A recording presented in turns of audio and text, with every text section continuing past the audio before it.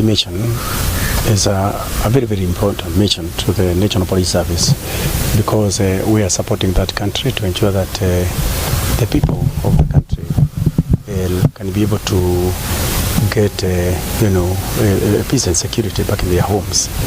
And our officers actually have done very well for your information, because several roads, hostels, schools, the port, the airport are all operating, courtesy of our officers who are on deployment in that area.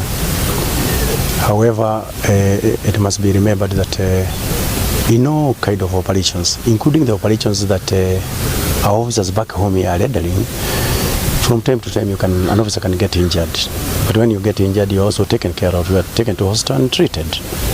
So if there is any officer who has been injured in the course of duty, they are well taken care of in terms of treatment.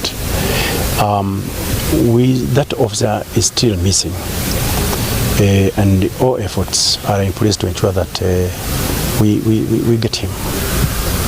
We get the missing officer, and we want to promise the family of the missing officers that we are doing everything possible to get him back as soon as possible. Thank you very much.